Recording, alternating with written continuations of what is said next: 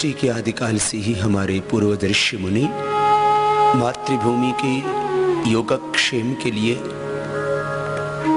पावन वेद की ऋचा से प्रार्थना करते आए थे।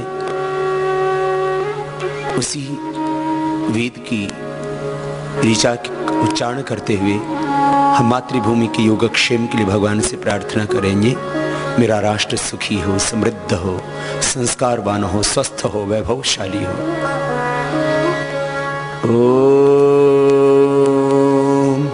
आ ब्रह्मन् ब्रह्मणो ब्रह्मवर्चसी जायताम् आ राष्ट्री राजन्यः शूर इसव्योति व्याधि महारथो जायताम् दोग्ध्री धेनुर्वोढा नड्वानाशुः सप्तः पुरंध्र योषा जिष्णो रथेष्ठाः सभी युवास्य यजमानस्य वीरो जायताम् निकामी निकामी नः पर्जन्यो वर्षतु फलवत्यो न औषधयः पच्यन्ताम् योगक्षेमो नः कल्पताम्।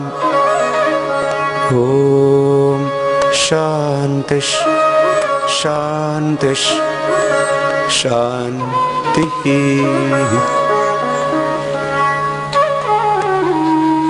हम सबको गर्व है कि हम इस देश में पैदा हुए हैं जहां पर सृष्टि के आदिकाल में भगवान ने अपना ज्ञान 4 ऋषियों की आत्मा में अवतरित किया।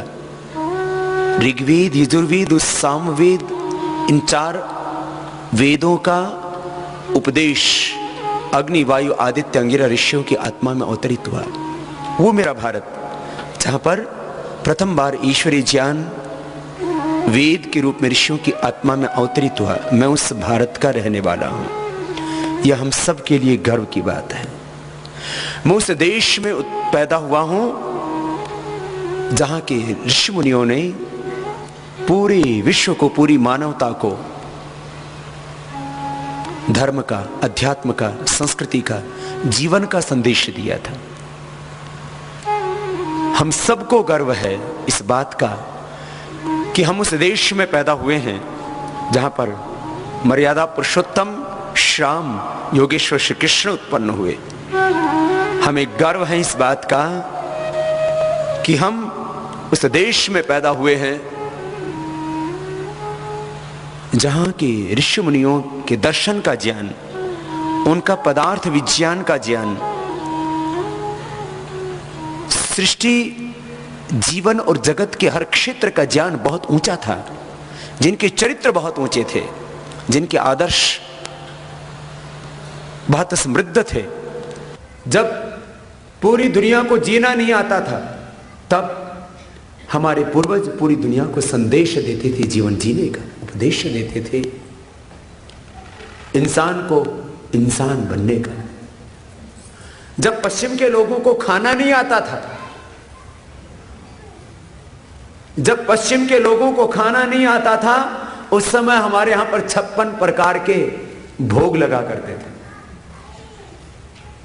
जब पश्चिम के लोगों को वस्त्र पहनना नहीं आता था, उस समय हमारे यहां पर इतना सुंदर कपड़ा बनता था कि एक साड़ी माचिस में आ जाती थी, पूरी साड़ी माचिस में आ जाती थी और रिंग से निकल जाती थी पूरी साड़ी।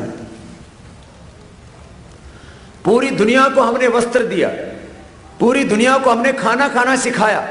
पश्चिम के लोग जानवर मार के खाया करते थे, शिकार किया करते थे। इनको तो गेहूं का थोड़े दिनों पहले पता लगा कि गेहूं खाया जाता है, राइस खाया जाता है। पहले जानवरों को मार के खाते थे।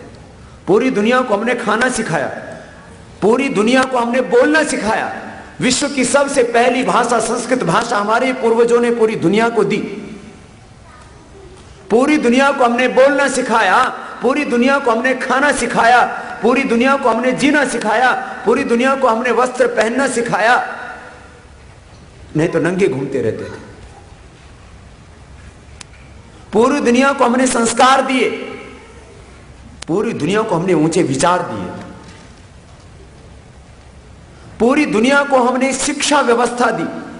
एजुकेशन सिस्टम ये हमारे भारतीय पूर्वजों का की देन है पूरी दुनिया को।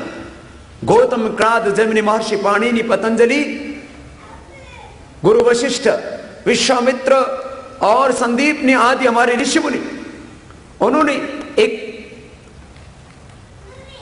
आध्यात्मिक शिक्षा व्यवस्था, संस्कारों के साथ शिक्षण, जिसमें विज्ञान और तकनीकी का, जिसमें मैथमेटिक्स का, केमिस्ट्री का, बायोलॉजी का, सारे जो आधुनिक विषय हैं, आप जब महर्षि कपिल को, गौतम को, कणाद को, जैमिनी को पढ़ेंगे, जब महर्षि पतंजलि को पढ़ेंगे, तब आपको पता लगेगा हमारे ऋषि मुनियों ने किस तरह से पूरे विश्व को,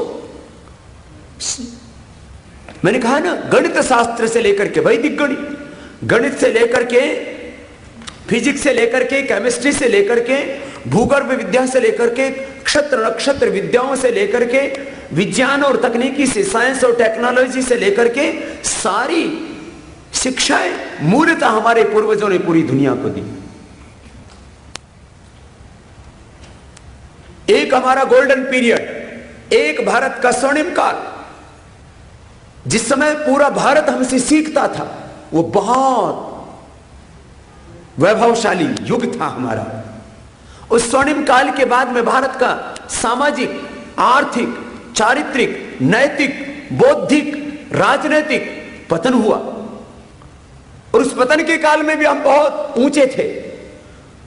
7वीं 8वीं शताब्दी में भारत में विदेशी आक्रमणकारी गए, उन्होंने भारत को लूटा और करीब 1100-1200 वर्षों तक भारत को लूटते रहे। उसके बावजूद भी हमारी दौलत कम नहीं हुई, क्योंकि पूरी दुनिया में सबसे बड़ा व्यापार भारतीय लोग करते थे। पूरी दुनिया को आभूषण, पूरी दुनिया को वस्त्र, पूरी दुनिया को जूते चप्पल। आज तो माना कि विमान का युग आ गया, लेकिन उस समय भी विमान हमने बनाया था। और वर्तमान युग में भी जो लोग कहते हैं कि राइट ब्रदर्स ने विमान बनाया था, वो झूठ बोलते हैं। 1895 में हमारे ही भारत के महाराष्ट्र में बापूजी तलपड़े, जो मुंबई के पास उनका गांव पुणे और मुंबई के बीच में, वहां उन्होंने हवाई जहाज बना करके उड़ाया।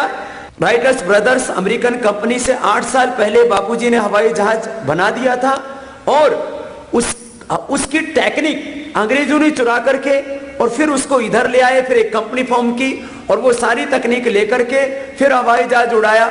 इनका पहली बार वो हवाई जहाज उड़ भी नहीं पाया था। हमारे बापू तलपड़े ने जो हवाई जहाज बनाया था, वो आकाश में जाकर के उड़ा था और फिर जमीन पर वापस आया था। ये तो हम लोगों के अंदर इतना आत्मग्लानि को भर दिया गया कि हम किसी भी चीज में आगे नहीं थे।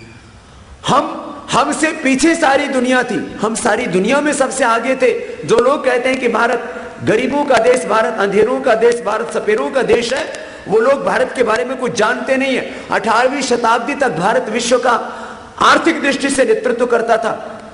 30 से 35% भारत का एक्सपोर्ट था, और विश्व की कुल आमदनी में से 25% आर्थिक नियंत्रण भारत का पूरी दुनिया की अर्थव्यवस्था पर था।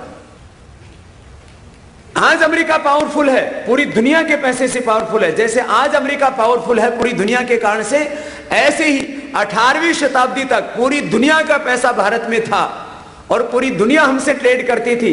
उस समय दुनिया के अंदर जो उच्च तकनीकियां थी वो भी सब हमारे पास में थी, लेकिन ये तो बीच में हमें पूरी तरह से रौंद दिया, करीब 200 साल, और उसके बाद हमारा पतन हुआ।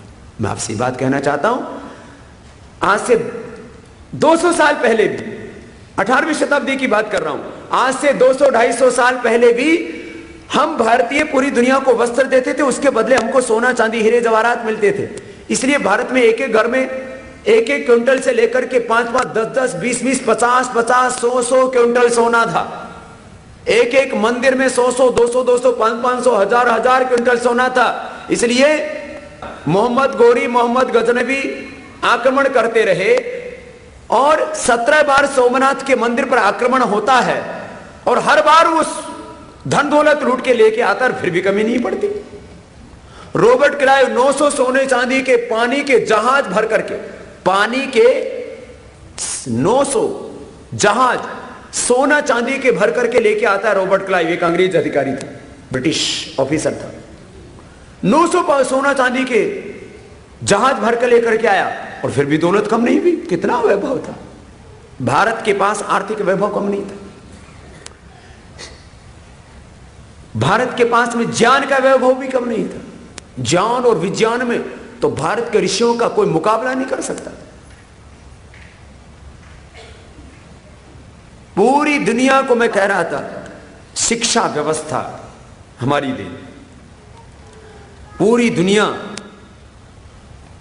को अर्थव्यवस्था, कोटलीय अर्थशास्त्र जिसको हम लोग कौटिल्य अर्थशास्त्र बोल देते हैं, पूरी दुनिया की कानून व्यवस्था जिसको मनुस्मृति कहते हैं, और मैथमेटिक्स, फिजिक्स, केमिस्ट्री, ये हमारे न्याय दर्शन, सांख्य दर्शन और वैशेषिक दर्शन, वैदिक गणित, यजुर्वेद, उसमें तो माने पूरी दुनिया को शून्य से लेकर के और शिखर तक हमने बोध दिया। मैंने कहा पूरी दुनिया को हमने खाना सिखाया, पूरी दुनिया को हमने जीना सिखाया, पूरी दुनिया को हमने मार्गदर्शन दिया। लेकिन आज हम भूल गए अपने को।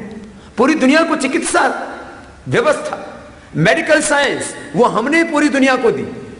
आज भारतीय डॉक्टर्स, भारतीय इंजीनियर, भारतीय डॉक्टर्स, भारतीय इंजीनियर्स, भारतीय व्यापारी, भारतीय अधिकारी, उनकी पूरी दुनिया लोहा मानती है। लेकिन मैं आज से पहले की भी बात कर रहा हूं। आज से पहले 5,000, 10,000, 50,000 नहीं, हम लोग जो बात करते हैं ना 5,000 साल पुरानी हमारी संस्कृति है, हम भारतीय अपने आप को गाली देते। अरे इन लोगों की संस्कृति होगी 2000 साल पुरानी। आज अमेरिका से कोई बात करेगा तो अपने 500 साल से पहले अपनी हिस्ट्री बताने में ये लोग समर्थ नहीं होंगे, क्योंकि 500 साल से पहले का इनको इतिहास नहीं पता है अपना। यूके वाले, ब्रिटेन वाले, यूरोप वाले अपना इतिहास 2000 सालों से पहले नहीं बढ़ा सकते, क्योंकि उससे पहले उनको बोध ही नहीं क्या था इस धरती के ऊपर।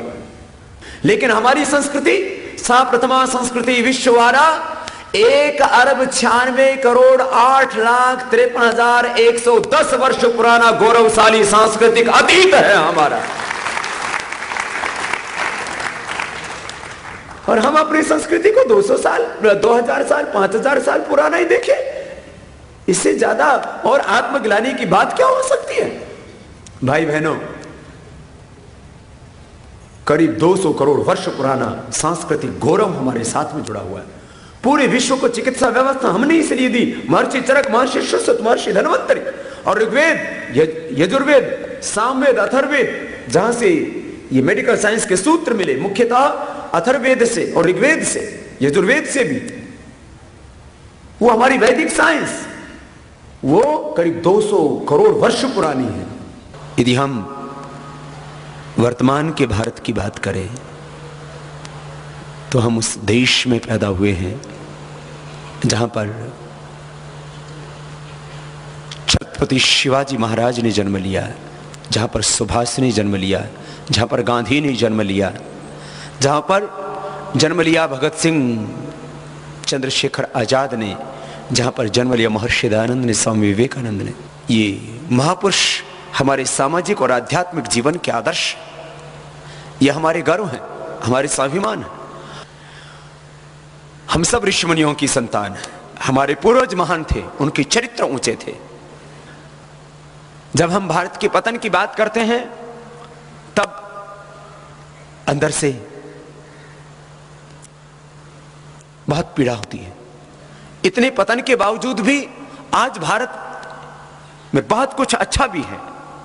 आज 450 से ज्यादा विश्वविद्यालय हमारे पास हैं, लाखों स्कूल कॉलेजेस हैं हमारे पास। आज आत्मरक्षा के लिए भारत एक परमाणु शक्ति संपन्न देश।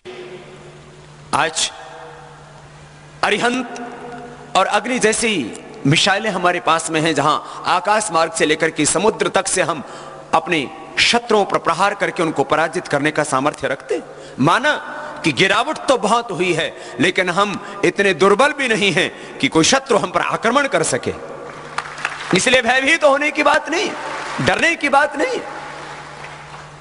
आज सुपर कंप्यूटर से लेकर के आईटी के क्षेत्र में भारत ने विश्व में एक इतिहास रचा है। भारत में जो जो तरक्की हुई है उसका मुख्य श्रेय उन देशभक्त कर्तव्यनिष्ठ नागरिकों को जाता है जिन्होंने इस पतन को ना देखते हुए, इस भ्रष्टाचार को सहते हुए अपने राष्ट्र धर्म को निभाया और पूरी ईमानदारी के साथ में देश के लिए कुछ करके दिखाया। हम उन सभी वैज्ञानिकों को, उन भारत के वीर सैनिकों को, सबको हम सलाम और प्रणाम करते हैं, जिन्होंने इतने पतन के बावजूद भी भारत के हिस्से में कुछ ऐसा करके दिखाया है जिससे आज हम कम से कम पूरे विश्व में गर्व और सम्मान के साथ खड़े हो सकते हैं।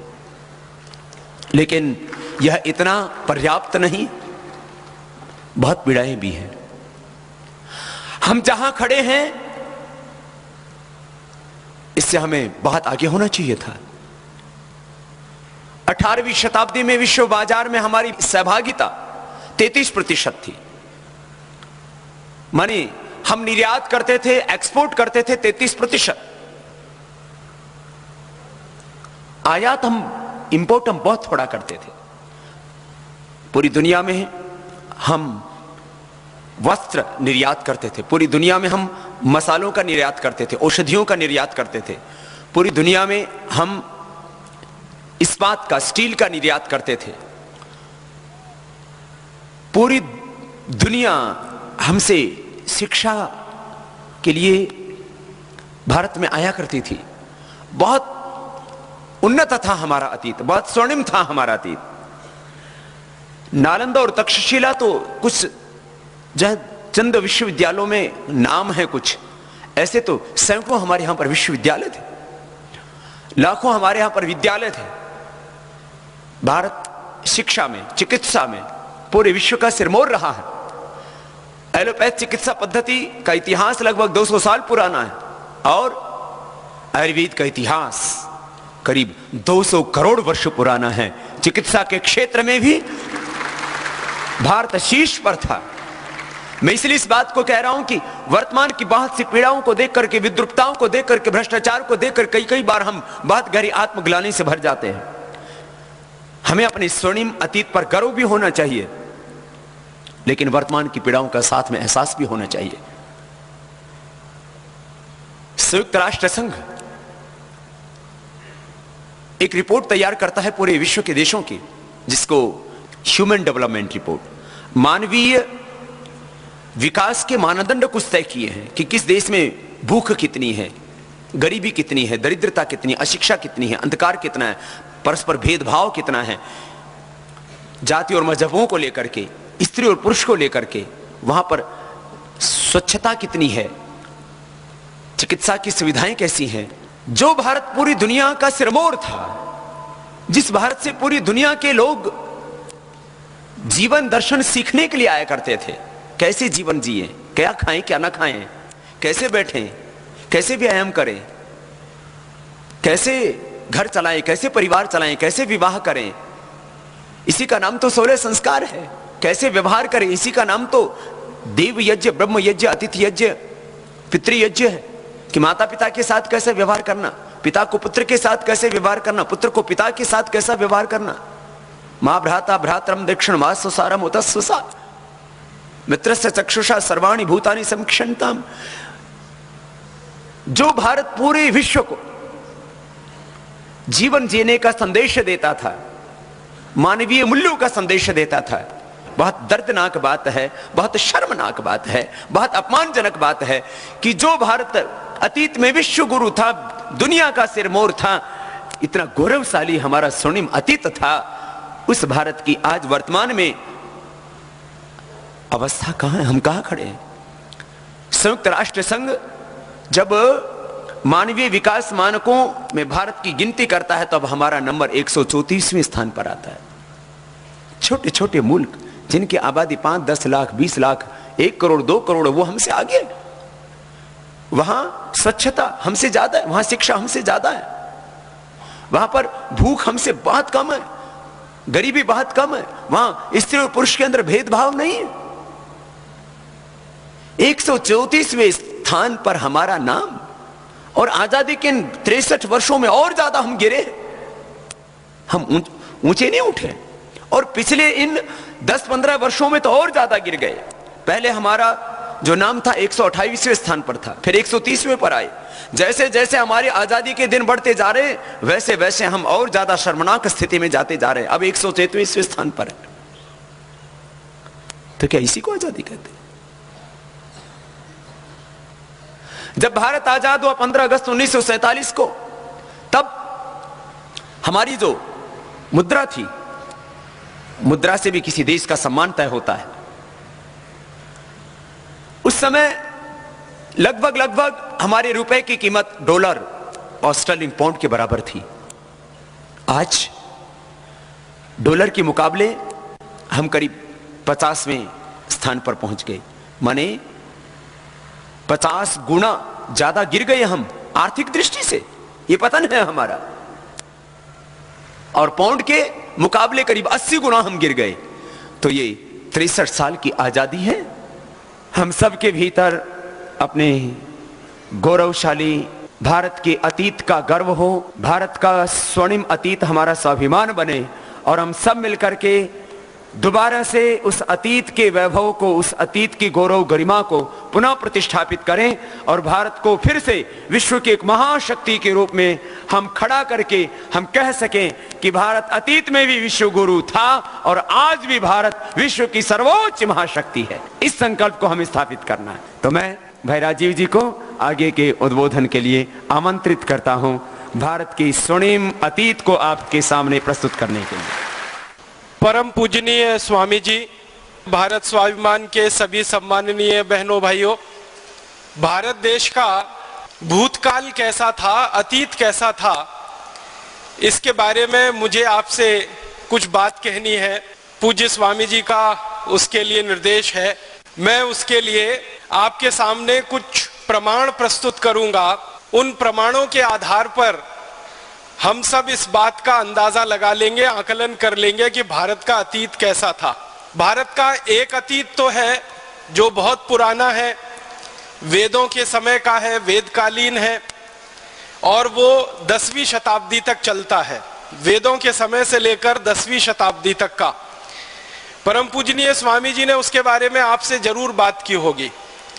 मैं आपको भारत के उस अतीत के बारे में बात करूंगा जो अभी हाल में हमारे सामने रहा, 150-200 साल पहले तक, 18वीं शताब्दी तक, 17वीं शताब्दी तक, 16वीं शताब्दी तक, 15वीं शताब्दी तक, माने आज से लगभग 100-150 साल पहले से शुरू करके और पिछले 1000 साल का जो भारत का इतिहास है कैसा है वो, उसके बारे में थोड़ी सी बात करूंगा। और एक जानकारी आपको स्पष्टता के लिए देना चाहता हूं, वो ये कि भारत के इतिहास पर, भारत के अतीत पर दुनिया भर के 200 से ज्यादा विद्वान इतिहास विशेषज्ञों ने बहुत ज्यादा शोध किया है, बहुत शोध किया है। और दुनिया भर के ये 200 से ज्यादा विद्वान शोधकर्ता, इतिहास के विशेषज्ञ भारत के बारे में क्या कहते रहे हैं, इनमें से कुछ विशेषज्ञों की बात आपके सामने रखूंगा। सभी विशेषज्ञों का रखना बड़ा मुश्किल है क्योंकि 200 विशेषज्ञों का काफी समय जाएगा, लेकिन उसमें से जो प्रमुख हैं, मुख्य हैं, ऐसे 8-10 विशेषज्ञों की बात आपके सामने रखूंगा। और ये सारे विशेषज्ञ भारत से बाहर के हैं। कुछ अंग्रेज हैं, कुछ स्कॉटिश हैं, कुछ अमेरिकन हैं, कुछ फ्रेंच हैं, कुछ जर्मन हैं। ऐसे दुनिया के अलग अलग देशों के विशेषज्ञों ने भारत के बारे में जो कुछ कहा है, लिखा है और उसके जो प्रमाण दिए हैं, उन पर बात मुझे कहनी है। सबसे पहले एक अंग्रेज की जानकारी मैं आपको दूं, उसका नाम है थॉमस बेब मैकॉले, टीबी मैकॉले जिसको हम कहते हैं। ये भारत में आया, करीब 17 वर्ष इस देश में रहा। सबसे ज्यादा जो अंग्रेज अधिकारी इस भारत में रहे उनमें से उसकी गिनती होती है मैकॉले की। और जब वो भारत में रहा तो भारत का काफी उसने प्रवास किया, यात्राएं की। उत्तर भारत में गया, दक्षिण भारत में गया, पूर्वी भारत में गया, पश्चिम भारत में गया। और अपने 17 साल के भारत के प्रवास के बाद वो इंग्लैंड गया और इंग्लैंड की पार्लियामेंट में, हाउस ऑफ कॉमन्स में उसने एक लंबा भाषण दिया। उस भाषण का थोड़ा सा अंश परम पूजनीय स्वामी जी द्वारा लिखित जो पुस्तक है शंखनाद, उसमें आप पढ़ सकते हैं। और वो अंश है, वो ये कह रहा है ब्रिटिश पार्लियामेंट के हाउस ऑफ कॉमन्स में, I have travelled length and breadth of this country India, but I have never seen a beggar and thief in this country India. इसका मतलब क्या है? वो ये कह रहा है कि मैं संपूर्ण भारत में प्रवास कर चुका हूं, उत्तर से दक्षिण, पूरब से पश्चिम में मैं जा चुका हूं, लेकिन मैंने कभी भी अपनी आंखों से भारत में एक भी व्यक्ति ऐसा नहीं देखा जो चोर हो, एक भी व्यक्ति ऐसा नहीं देखा जो बेरोजगार हो, एक भी व्यक्ति मैंने ऐसा नहीं देखा जो गरीब हो। ये बात आप ध्यान दीजिएगा, वो 2 फरवरी सन 1835 को कह रहा है।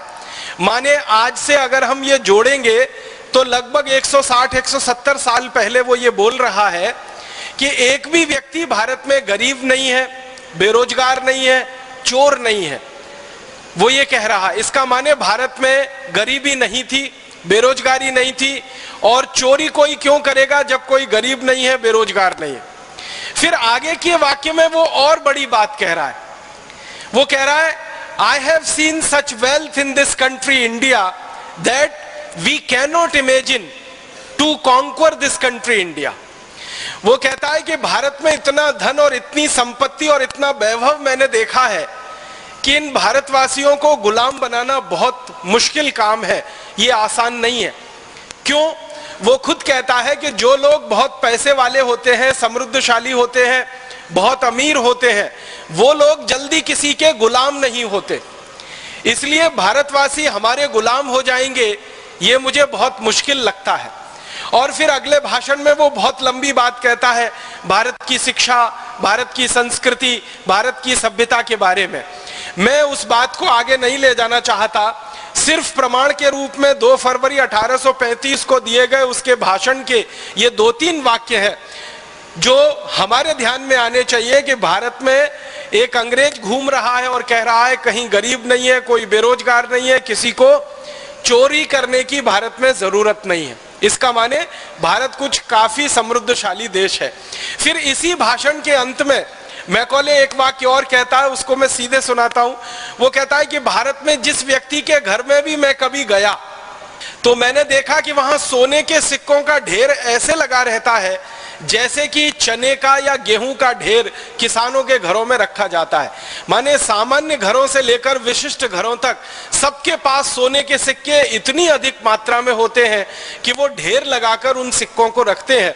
और वो कह रहा है कि भारतवासी कभी इन सिक्कों को गिन नहीं पाते क्योंकि गिनने की फुर्सत नहीं होती है, इसलिए वो तराजू में तौल कर रखते हैं। किसी के घर में 100 किलो सोना होता है, किसी के घर में 200 किलो होता है, किसी के घर में 500 किलो होता है। इस तरह से सोने का हमारे भारत के घरों में भंडार भरा हुआ है। ये एक प्रमाण मैकॉले का भाषण ब्रिटेन की संसद में 2 फरवरी 1835 को। इसके बाद इससे भी बड़ा एक दूसरा प्रमाण मैं आपको देता हूं। एक अंग्रेज इतिहासकार हुआ, उसका नाम है विलियम डिग्बी। ये बहुत बड़ा इतिहासकार माना जाता है इंग्लैंड में। अंग्रेज लोग इसकी बहुत इज्जत करते हैं, इसका बहुत सम्मान करते हैं। और ना सिर्फ अंग्रेज इसका सम्मान करते हैं, इज्जत करते हैं, बल्कि यूरोप के सभी देशों में विलियम डिग्बी का बहुत सम्मान है, बहुत इज्जत है। अमेरिका में भी इसकी बहुत सम्मान और बहुत इज्जत है। कारण क्या है? विलियम डिग्बी के बारे में कहा जाता है कि वो बिना प्रमाण के कोई बात नहीं कहता और बिना दस्तावेज के, बिना सबूत के वो कुछ लिखता नहीं है, इसलिए इसकी इज्जत पूरे यूरोप और अमेरिका में है। वो विलियम डिग्बी भारत के बारे में एक बड़ी पुस्तक लिखा है। उस पुस्तक का एक अंश थोड़ा सा सुनाता हूं आपको। उसने तो अंग्रेजी में लिखा है, मैं सीधे हिंदी करके बताता हूं। विलियम डिग्बी कहता है कि अंग्रेजों के पहले का भारत विश्व का सर्वसंपन्न कृषि प्रधान देश ही नहीं बल्कि एक सर्वश्रेष्ठ औद्योगिक और व्यापारिक देश भी था। अंग्रेजों से पहले का भारत खाली खेती वाला भारत नहीं था, कृषि वाला भारत नहीं था, वो औद्योगिक और व्यापारिक देश भारत था जो सर्वश्रेष्ठ था। उसके शब्द पर गौर कीजिएगा, वो कह रहा है सर्वश्रेष्ठ, माने दुनिया में भारत के मुकाबले उस जमाने में कोई भी देश नहीं था। और ये बात वो कब कह रहा है? 17वीं शताब्दी में वो कह रहा है। माने आज से अगर हम गिनना शुरू करें तो लगभग 300 साल पहले के भारत के बारे में विलियम डिग्वी कह रहा है कि सारी दुनिया के देशों में भारत औद्योगिक रूप से, व्यापारिक रूप से और कृषि के रूप में सर्वश्रेष्ठ देश है। माने कृषि उत्पादन हमारा सबसे अच्छा है, औद्योगिक उत्पादन दुनिया में सबसे ज्यादा है और व्यापार भी हम दुनिया में सबसे ज्यादा करते हैं। उसके आगे वो कहता है कि भारत की भूमि इतनी उपजाऊ है जितनी दुनिया के किसी देश में नहीं। फिर आगे कहता है कि भारत के व्यापारी इतने ज्यादा होशियार हैं जो दुनिया के किसी देश में नहीं। फिर वो आगे कहता है कि भारत के जो कारीगर हाथ से कपड़ा बनाते हैं, उनका बनाया हुआ कपड़ा, रेशम का तथा अन्य कई वस्तुएं पूरे विश्व के बाजार में बिक रही हैं और इन वस्तुओं को भारत के व्यापारी जब बेचते हैं तो बदले में इन वस्तुओं के वो सोना और चांदी की मांग करते हैं जो सारे दुनिया के दूसरे व्यापारी आसानी के साथ भारतवासियों को दे देते हैं। इस वाक्य को ठीक से समझिए। वो कह रहा है कि भारत का कपड़ा, भारत की अन्य वस्तुएं दुनिया के बाजार में बिकती हैं और भारतवासी इनको सोने के बदले में बेचते हैं। माने हम कपड़ा बेचते हैं तो सोना लेते हैं, हम दूसरी वस्तुएं बेचते हैं तो सोना लेते हैं। सोने के बदले में ही भारत के व्यापारी इन वस्तुओं का विनिमय दूसरों से करते हैं क्योंकि ये वस्तुएं सर्वश्रेष्ठ हैं और दुनिया में कोई भी दूसरा देश इनको बना नहीं सकता क्योंकि इनकी कारीगरी और इनका हुनर सिर्फ भारत और भारत के ही पास है। फिर वो इसी में आगे कहता है कि भारत देश में इन वस्तुओं की उत्पादन के बाद की जो बिक्री की प्रक्रिया है वो दुनिया के दूसरे बाजारों पर निर्भर है और ये वस्तुएं जब दूसरे देशों के बाजारों में बिकती हैं तो भारत में सोना और चांदी ऐसे प्रवाहित होता है जैसे नदियों में पानी प्रवाहित होता है और भारत की नदियों में पानी प्रवाहित होकर जैसे महासागर में गिर जाता है, वैसे ही दुनिया की तमाम नदियों का सोना चांदी भारत में प्रवाहित होकर भारत के महासागर में आकर गिर जाता है। और वो अपनी पुस्तक में कहता है कि दुनिया के देशों का सोना चांदी भारत में आता तो है लेकिन भारत के बाहर 1 ग्राम सोना और चांदी कभी जाता नहीं है। कारण क्या है? वो कहता है कि भारतवासी दुनिया में सारी वस्तुओं का उत्पादन करते हैं लेकिन वो कभी किसी से खरीदते कुछ नहीं है। मतलब सीधा सा ये है कि भारत आयात कुछ नहीं करता है, इंपोर्ट कुछ नहीं करता है। जो भी कुछ है भारत वो सिर्फ एक्सपोर्ट और निर्यात ही करता है। इसका मतलब बहुत साफ है कि आज से 300 साल पहले का भारत निर्यात प्रधान देश था। एक भी वस्तु हम विदेशों से नहीं खरीदते थे और वस्तुओं को बेचकर हम सोना चांदी सारी दुनिया से लेकर आते थे। विलियम डिग्वी जैसा एक बड़ा इतिहासकार हुआ, वो फ्रांस का हुआ। उसका नाम है फ्रांसवा पिराड। फ्रांसवा पिराड ने 1711 में भारत के बारे में एक बहुत बड़ा ग्रंथ लिखा है और उसमें उसने सैकड़ों प्रमाण दिए हैं।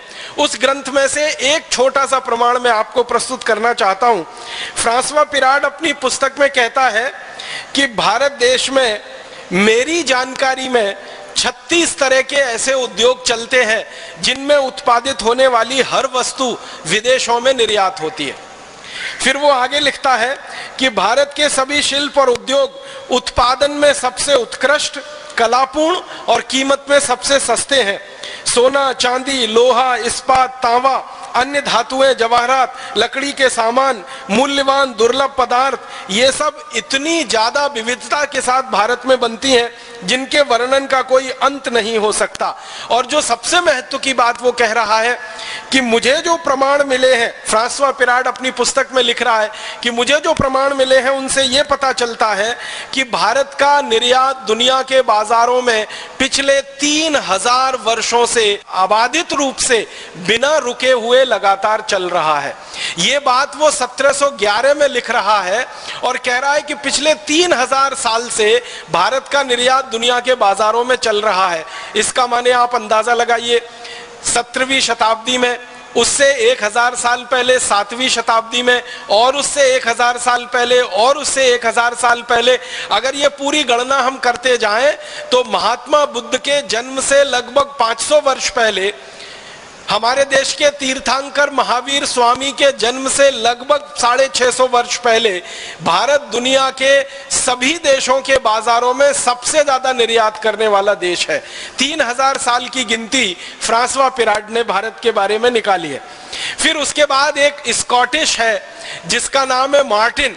वो इतिहास की पुस्तक में भारत के बारे में कहता है कि ब्रिटेन के निवासी, इंग्लैंड के निवासी जब बर्बर और जंगली जानवरों की तरह से जीवन बिताते रहे, तब भारत में दुनिया का सबसे बेहतरीन कपड़ा बनता था और सारी दुनिया के देशों में बिकता था। और ये मार्टिन नाम का जो स्कॉटिश हिस्टोरियन है, ये कहता है कि मुझे ये स्वीकार करने में कोई शर्म नहीं है कि भारतवासियों ने सारी दुनिया को कपड़ा बनाना और कपड़ा पहनना सिखाया है। और वो कहता है हम अंग्रेजों ने और अंग्रेजों के सहयोगी जातियों के लोगों ने भारत से ही कपड़ा बनाना सीखा है और पहनना भी सीखा है। फिर वो कहता है कि रोमन साम्राज्य में जितने भी राजा और रानी हुए हैं वो सभी भारत के कपड़े मंगाते रहे हैं, पहनते रहे हैं और उन्हीं से उनका जीवन चलता रहा है। एक फ्रांसीसी इतिहासकार है 1750 में, उसका नाम है टेवर्नी। वो क्या कह रहा है? वो कह रहा है भारत के वस्त्र इतने सुंदर और इतने हल्के हैं कि हाथ पर रखो तो पता ही नहीं चलता कि उनका वजन कितना है। सूत की महीन कताई मुश्किल से नजर आती है। भारत में कालीकट, ढाका, सूरत, मालवा में इतना महीन कपड़ा बनता है कि पहनने वाले का शरीर ऐसा दिखता है कि मानो वो एकदम नग्न है। माने कपड़े की बुनाई इतनी बारीक है कि अंदर का शरीर भी उसमें से दिखाई देता है। वो कहता है इतनी अद्भुत बुनाई भारत के कारीगर जो हाथ से कर सकते हैं वो दुनिया के किसी भी देश में कल्पना करना संभव नहीं है। फिर उसके बाद एक अंग्रेज है विलियम वार्ड। वो कहता है कि भारत में मलमल का उत्पादन इतना विलक्षण है, ये भारत के कारीगरों के हाथों का कमाल है। जब इस मलमल को घास पर बिछा दिया जाता है और उस पर ओस की कोई बूंद गिर जाती है तो वो दिखाई नहीं देती है, क्योंकि ओस की बूंद में जितना पतला रंग होता है, माने जितना हल्का रंग होता है, उतना ही हल्का वो कपड़ा होता है। इसलिए ओस की बूंद और कपड़ा आपस में मिल जाते हैं, अलग अलग दिखाई नहीं देते। इतनी बारीक बुनाई भारत के कपड़े की है। आपने बहुत बार इतिहास में एक वाक्य सुना होगा कि भारत में बनाया हुआ कपड़ा एक छोटे से अंगूठी से, रिंग में से खींचकर बाहर निकाला जा सकता था। वो 13-14 मीटर का लंबा थान होता था। वो वाक्य इसी इतिहासकार ने लिखा है जिसका नाम है विलियम वार्ड।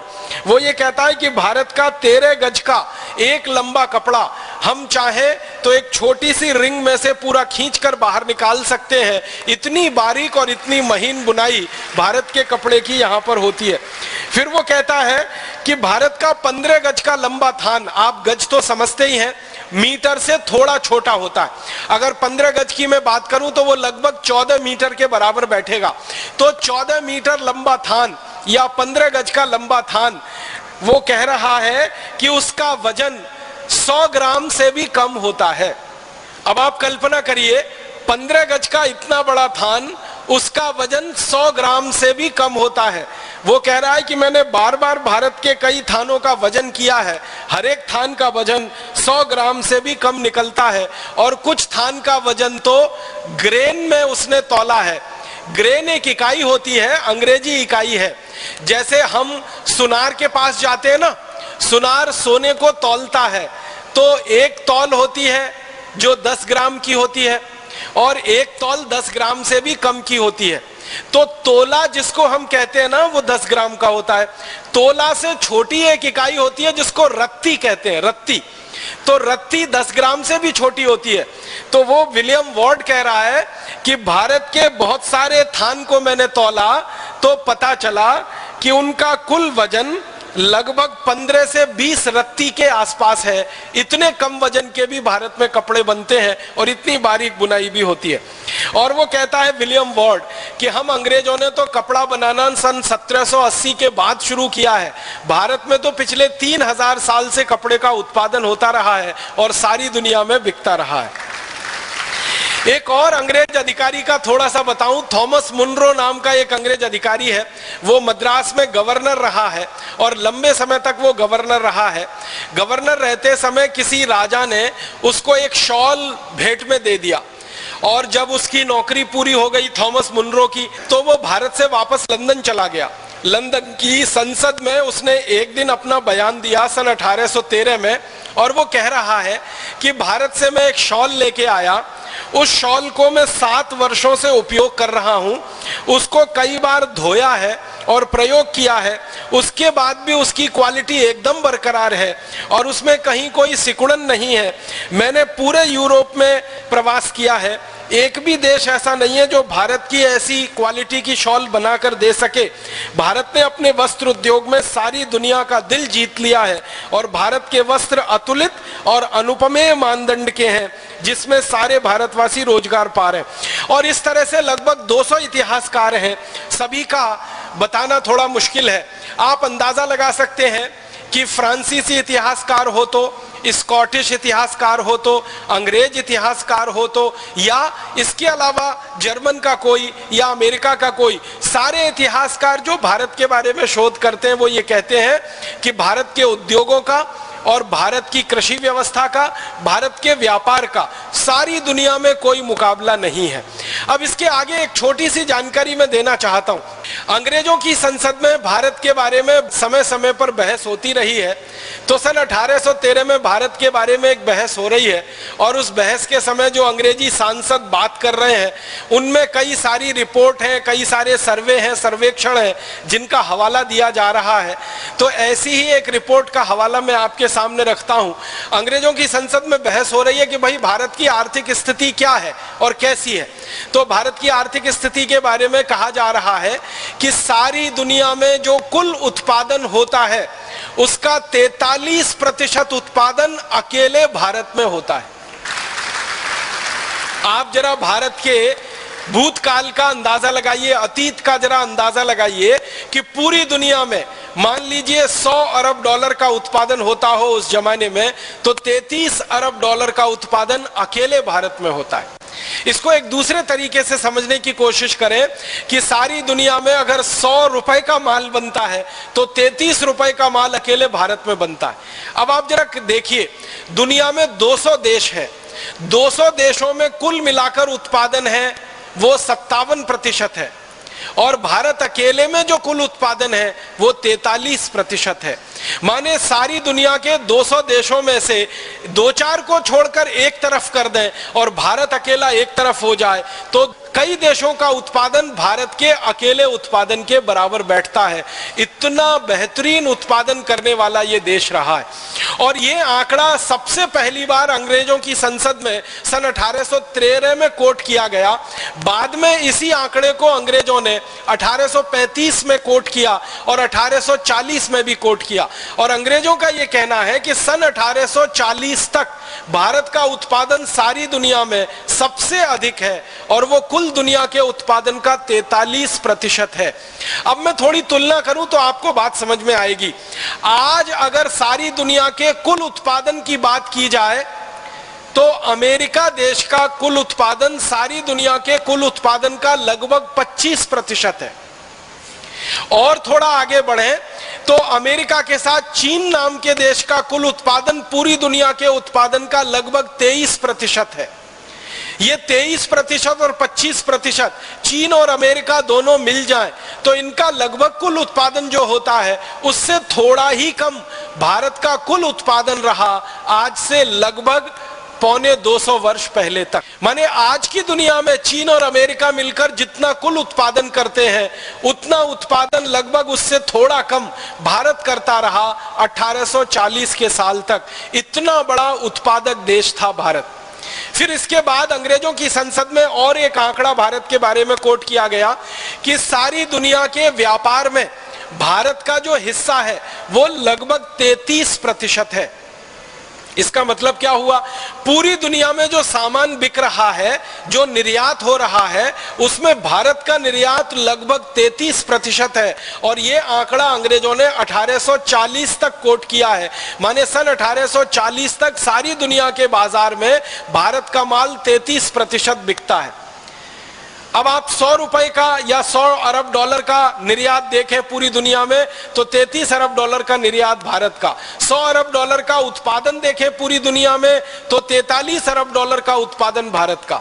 और इसी तरह से और एक आंकड़ा अंग्रेजों की संसद में भारत के बारे में कोट किया गया, और वो आंकड़ा है कि सारी दुनिया की जो कुल आमदनी है, सकल जगत की जो कुल आमदनी है, उस आमदनी का लगभग 27% हिस्सा अकेले भारत का है।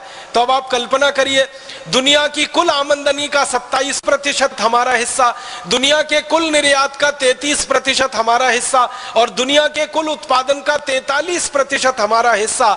ऐसा बड़ा अद्भुत उत्पादक, निर्यातक और व्यापारी देश भारत रहा है सन 1840 तक। अब उस समय अमेरिका की बात करें तो सन 1840 में सारी दुनिया के निर्यात में अमेरिका का निर्यात जो है वो 1% से कम है।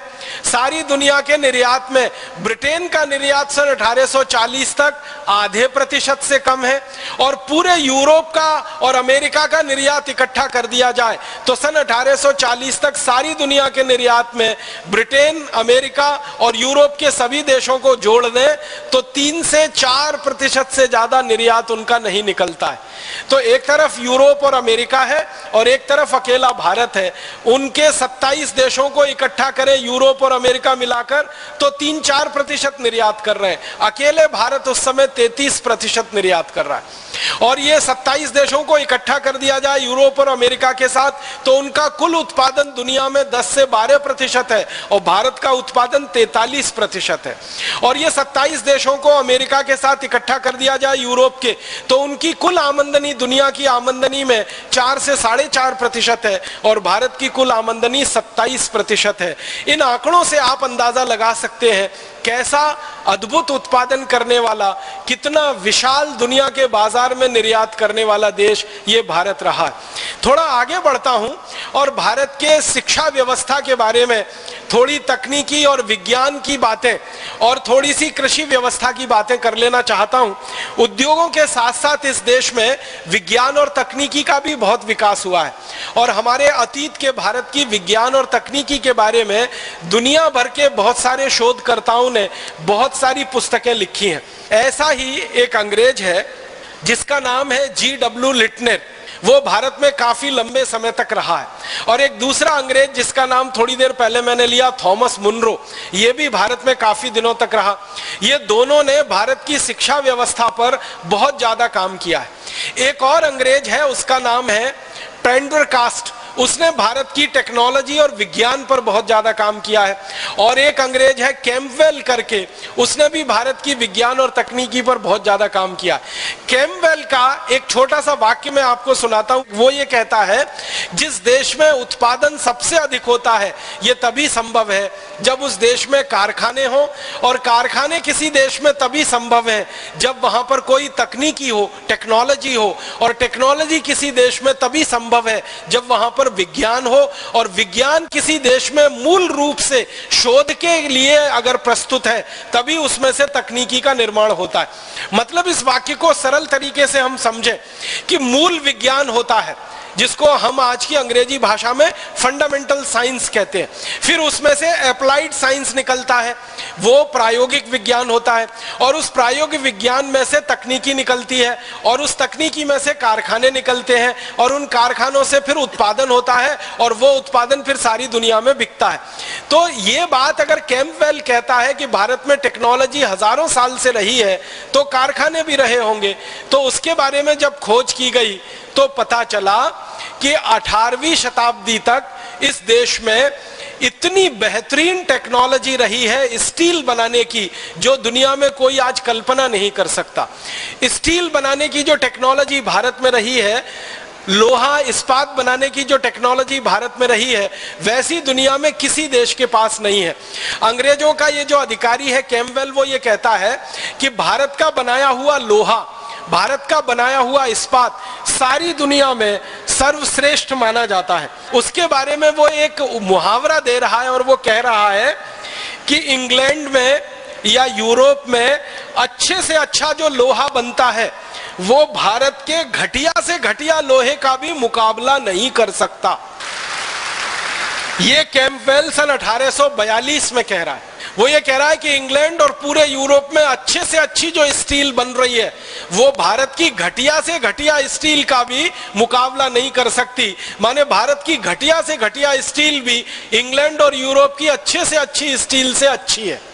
उसके बाद एक जेम्स फ्रैंकलिन नाम का अंग्रेज है, बहुत बड़ा उसको जो है धातुकर्मी विशेषज्ञ माना जाता है। वो ये कहता है कि भारत का स्टील दुनिया में सर्वश्रेष्ठ है। यूरोप में सबसे अच्छा स्टील इस समय बनता है स्वीडन में, लेकिन भारत का स्टील उससे कई गुना अच्छा है। भारत के कारीगर स्टील को बनाने के लिए जो भट्टियां तैयार करते हैं, जिनको हम अंग्रेजी में ब्लास्ट फर्नेस कहते हैं, वह दुनिया में कोई नहीं बना पाता। वो कहता है कि इंग्लैंड में लोहा बनाना तो हमने 1825 के बाद शुरू किया, भारत में तो लोहा 10वीं शताब्दी से ही हजारों टन में बनता रहा है और दुनिया के देशों में बिकता रहा है। वो ये कहता है कि मैं 1764 में भारत से स्टील का एक नमूना लेके आया था। मैंने इंग्लैंड के सबसे बड़े विशेषज्ञ डॉक्टर स्कॉट को स्टील दिया था और उनको ये कहा था कि लंदन रॉयल सोसाइटी की तरफ से आप इसकी जांच कराइए।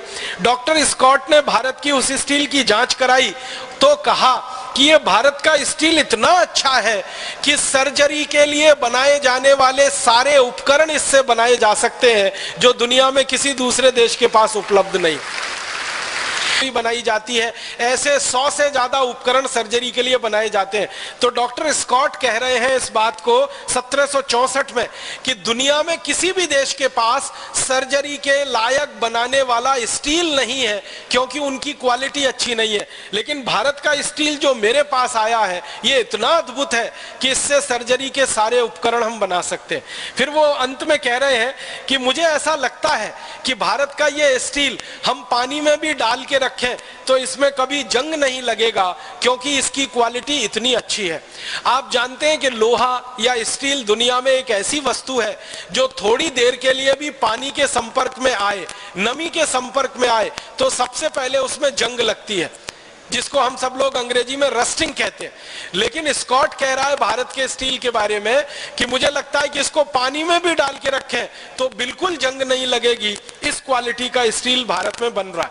अब इसके थोड़ा आगे चलूं, अगर स्टील इतनी अच्छी क्वालिटी का है तो एक अंग्रेज अधिकारी है, उसका नाम है लेफ्टिनेंट कर्नल ए वॉकर। उसने भारत के शिपिंग इंडस्ट्री पर सबसे ज्यादा रिसर्च किया है। वो ये कहता है कि भारत का जो अद्भुत लोहा है, स्टील है, ये जहाज बनाने के काम में बहुत ज्यादा आता है। और वो कहता है कि दुनिया में जहाज बनाने की सबसे पहली कला और सबसे पहली तकनीकी भारत में ही विकसित हुई है और दुनिया के देशों ने पानी के जहाज बनाना भारत से सीखा है और किसी देश के पास पानी का जहाज बनाने की तकनीकी उपलब्धि नहीं रही है। फिर वो कहता है कि भारत इतना विशाल देश है, इसमें लगभग 2 लाख गांव हैं। इन 2 लाख गांव को समुद्र के किनारे स्थापित हुआ माना जाता है। इन सभी गांवों में जहाज बनाने का काम पिछले हजारों वर्षों से चलता है। वो ये कहता है कि हम अंग्रेज लोगों को जहाज खरीदना हो तो हम भारत में जाते हैं और वहां से जहाज खरीद कर लाते हैं। फिर वो अपने आगे कह रहा है कि ईस्ट इंडिया कंपनी के जितने भी पानी के जहाज दुनिया में चल रहे हैं ये सारे के सारे जहाज भारत की स्टील से बने हुए हैं। ये बात मुझे कहते हुए शर्म आती है कि हम अंग्रेज अभी तक इतनी अच्छी क्वालिटी का स्टील बनाना नहीं शुरू कर पाए। फिर वो कहता है कि भारत का कोई पानी का जहाज जो 50 साल चल चुका है पानी में, उसको अगर हम खरीद लें अंग्रेज और खरीदने के बाद उसको ईस्ट इंडिया कंपनी की सेवा में लगाएं तो 50 साल तो वो भारत में चल चुका है, हमारे यहाँ आने के बाद भी वो 20-25 साल और चल जाता है। इतनी मजबूत पानी के जहाज बनाने की कला और टेक्नोलॉजी भारत के कारीगरों के हाथ में है। और फिर वो कहता है कि हम जितने धन में एक नया पानी का जहाज बनाते हैं उतने ही धन में भारतवासी 4 नए जहाज पानी के बना लेते हैं। फिर वो अंत में कहता है कि हम भारत में पुराने पानी के जहाज खरीदें और उसको ईस्ट इंडिया कंपनी की सेवा में लगाएं, यही हमारे लिए अच्छा है। नया जहाज बनाकर हम ईस्ट इंडिया कंपनी को दिवालिया नहीं कर सकते हैं, उसके पैसे बर्बाद नहीं कर सकते। मतलब उसका कहने का यह है कि भारत का पुराने से पुराना पानी का जहाज अंग्रेजों के नए से नए पानी के जहाज से भी अच्छा माना जाता है क्योंकि स्टील की क्वालिटी लोहे की क्वालिटी इतनी जबरदस्त है। और इसी तरह से वो कहता है कि भारत में टेक्नोलॉजी के लेवल पर ईंट बनती है, ईंट से ईंट को जोड़ने का चूना बनता है, और उसके अलावा भारत में 36 तरह के दूसरे टेक्नोलॉजिकल इंडस्ट्रीज हैं। ये सभी उद्योगों में भारत दुनिया में सबसे आगे है। इसलिए हमें भारत से व्यापार करके ये सब तकनीकी लेनी है और इस तकनीकी को इंग्लैंड में लाकर फिर से उसको रिप्रोड्यूस करना है, पुनर्उत्पादित करना है। तो भारत टेक्नोलॉजी में बहुत ऊंचा है और इसी तरह से विज्ञान में भी बहुत ऊंचा है। भारत के विज्ञान के बारे में एक दो नहीं 20 अंग्रेजों ने रिसर्च की है, शोध की है, और वो ये कहते हैं कि भारत में विज्ञान की 20 से ज्यादा शाखाएं हैं जो बहुत ज्यादा पुष्पित और पल्लवित हुई हैं।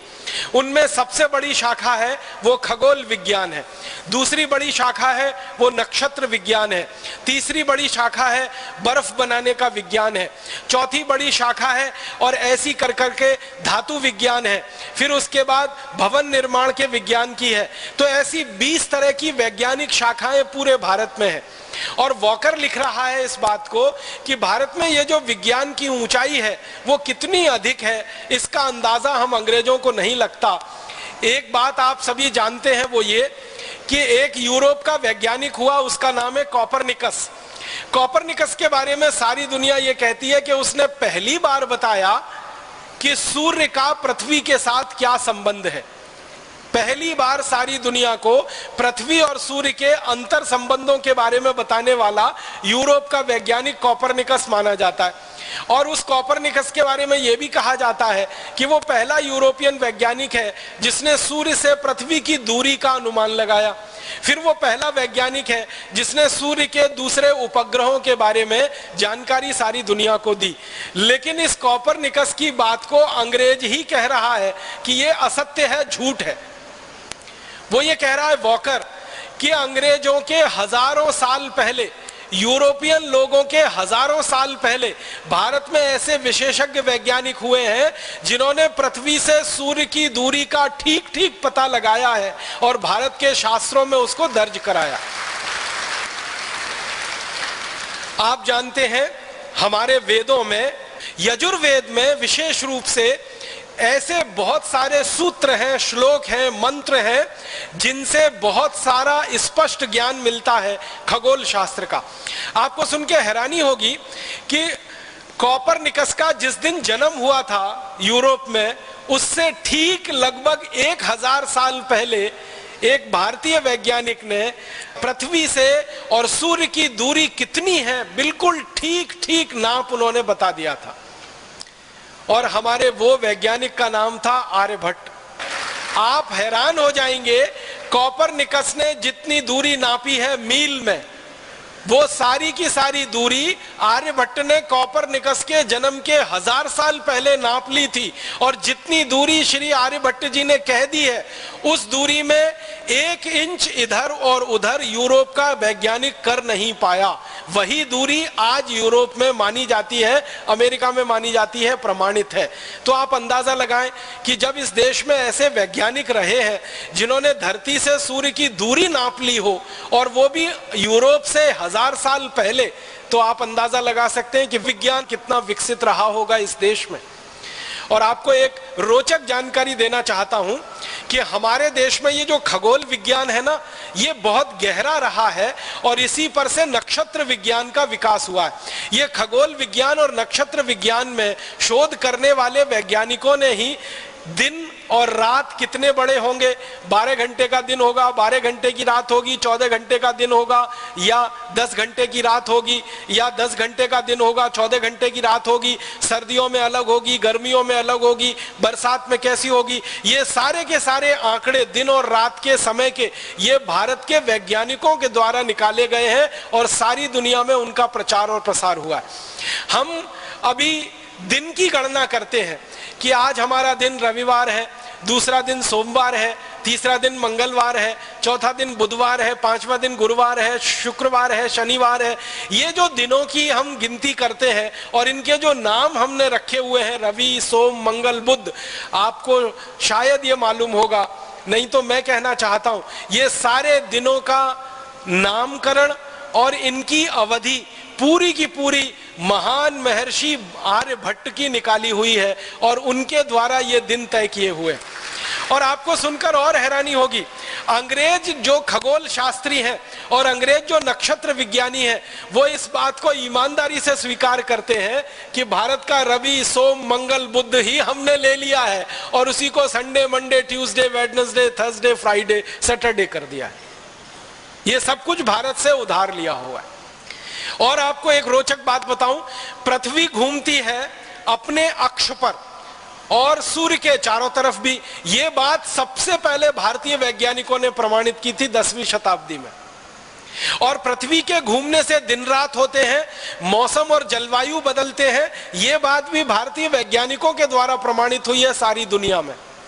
तो भारत के वैज्ञानिकों ने खगोल शास्त्र में, नक्षत्र विज्ञान में जबरदस्त काम किया है। सूर्य है, सूर्य के कितने उपग्रह हैं और उन उपग्रहों का सूर्य के साथ अंतर संबंध क्या है, ये सारी खोज भारत में 3री शताब्दी के आसपास की है। जब दुनिया में कोई पढ़ना लिखना भी नहीं जानता होगा, उस समय भारत में यह खोज चलती रही है कि सूर्य क्या है, सूर्य के उपग्रह क्या है, उनके आपस के अंतर संबंध क्या है। तो खगोल शास्त्र की, नक्षत्र विज्ञान की विद्या बहुत अद्भुत और बहुत ऊंची है। एक अंग्रेज है, उसका नाम है डैनियल डिफो। वो ये कहता है कि ये भारत के वैज्ञानिक कितने ज्यादा पक्के हैं गणित में कि चंद्र ग्रहण और सूर्य ग्रहण का ठीक ठीक पता बता देते हैं सालों पहले। आज के दिन चंद्र ग्रहण होगा, आज के दिन सूर्य ग्रहण होगा और इतने बजकर इतने मिनट पर होगा, ये भारत के वैज्ञानिक कई कई साल पहले बता देते हैं। 1708 के समय ये लंदन की संसद में कह रहा है कि मैंने भारत का पंचांग जब भी पढ़ा है, मुझे एक प्रश्न का उत्तर कभी नहीं मिला कि भारत के ऋषि महर्षि वैज्ञानिक कई कई साल पहले कैसे पता लगा लेते हैं कि आज चंद्र ग्रहण पड़ेगा, आज सूर्य ग्रहण पड़ेगा और इस समय पर पड़ेगा, और सही सही वही समय पर पड़ता है। इसका माने भारत के वैज्ञानिकों की नक्षत्रों के बारे में, खगोल विद्या के बारे में बहुत गहरी गहरी रिसर्च है, शोध है, ये इसी के आधार पर हो सकता है। तो इस तरह का भारत है। और एक दो जानकारी दूं शिक्षा के बारे में कि भारत का अतीत अगर हमें अच्छे से समझना है तो भारत की शिक्षा को समझना पड़ेगा, क्योंकि साइंस और टेक्नोलॉजी जो भी विकसित होती है उसका आधार शिक्षा व्यवस्था होती है। किसी देश में खगोल शास्त्र अगर विकसित हुआ है तो उसका आधार भी शिक्षा व्यवस्था होती है। अगर नक्षत्र शास्त्र का विकास हुआ है तो उसका आधार भी शिक्षा व्यवस्था होती है। सभी विज्ञान की विधाओं का और सभी तकनीकी की विधाओं का मूल आधार शिक्षा होती है। तो भारत में अगर विज्ञान इतना अच्छा है, तकनीकी इतनी अच्छी है, तो शिक्षा भी कोई बहुत अच्छी ही रही होगी। बिना उसके तो विज्ञान तकनीकी आ नहीं सकती और बिना शिक्षा के उद्योग और व्यापार चल नहीं सकता। तो भारतीय शिक्षा के बारे में सबसे पहला एक प्रमाण मैं प्रस्तुत करना चाहता हूं। एक जर्मन दार्शनिक हुआ, उसका नाम है मैक्स मूलर। ये मैक्स मूलर ने भारत की शिक्षा व्यवस्था पर सबसे ज्यादा शोध कार्य किया है और वो ये कहता है कि मैं भारत की शिक्षा व्यवस्था से इतना प्रभावित हूं, शायद ही दुनिया के किसी देश में इतनी सुंदर शिक्षा व्यवस्था होगी जो भारत में है। और भारत के बंगाल राज्य के बारे में मैक्स मूलर एक आंकड़ा दे रहा है कि भारत का जो बंगाल राज्य है, बंगाल प्रांत है, बंगाल प्रांत आप जानते हैं भारत का एक प्रांत है।